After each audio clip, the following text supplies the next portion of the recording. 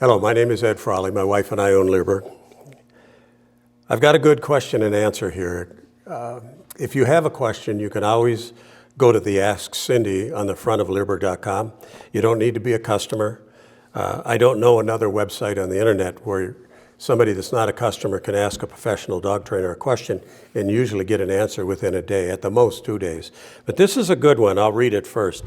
Hi, Cindy. My dog is 1.5 years old. It's a German Shepherd who has begun chasing his tail over the last 6 months. It's gotten so bad that whenever the energy changes in any way in a room, he immediately jumps up and starts spinning wildly in a circle.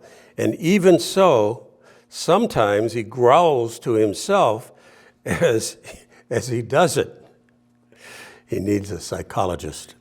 Anyway, he's a great dog overall and has no other personality issues of any kind. Our vet has no idea what to do.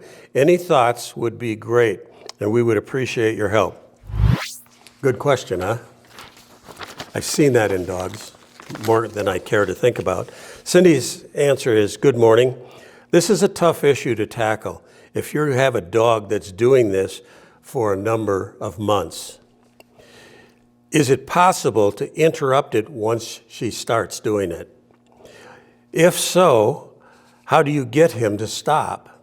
Now, I'm going to interject here. Sometimes Cindy will take a question like this, and if she doesn't feel she's got enough information, she will send a question back to this person, and then it'll be the responsibility of the person to answer the questions back to Cindy, and then she'll be able to go on. So I'm going to go on. She says, have you tried keeping him on leash and redirecting him to another activity when you see the signs that he's going to start to jump up and bite his tail? Will he respond to obedience commands once he's started chasing the tail? Good question. She can't just assume that the dog is trained. If the dog jumps up, starts chasing his tail, my guess is if it's your dog and you say, Fido down, he ain't got it down if he's chasing his tail. It's more interesting.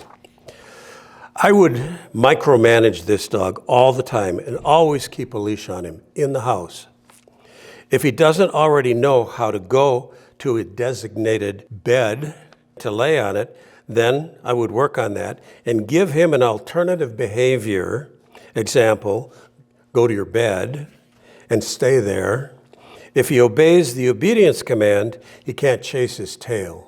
So you've got to think about this because there's layers to this problem. Number one, redirect him. Number two, do you need to do more dog training with him? So is he injuring himself or biting his tail while he's spinning? It's a good question that this person's going to have to write back and tell Cindy about. If you're unable to interrupt him because he's chasing his tail or he's doing this more often, then it might already have crossed the line to becoming a compulsive disorder. I would attempt to identify early stages of the pre-spinning concept.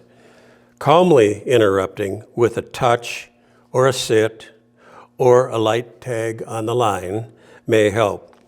Redirect to a structural activity though, for example, simple obedience, laying on the bed and some other easily performed commands. You could do a hand touch. We have videos on how to do a hand touch. I think they're free on Leerburg.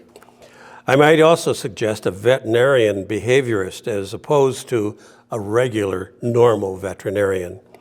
They can help with medical and behavioral problems. Sometimes I'll add to that. This is not that uncommon in certain breeds, and I've seen it over and over through the years with German Shepherds. Unfortunately, German Shepherds. I hope this gives you a place to start and work with us on this. So then the person that wrote this wrote back, these are great ideas. I will begin implementing them at once, especially keeping him on a leash when I can control him because he does not respond to voice commands once he started spinning, which is I assumed he wouldn't. I wasn't sure if interrupting him would create a psychological problem or an extreme frustration problem. And it could. You're going to have to find out.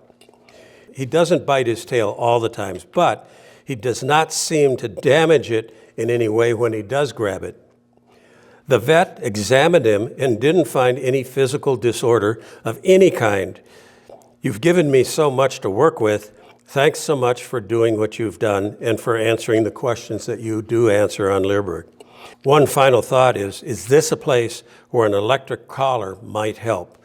I've taken a course on using the e-collar and have used it in the past for training. I realized that this would be a sort of negative use, but I was wondering what your opinion was. This would be interesting to see what Cindy said because I haven't read it yet. I'm not sure about using the remote collar.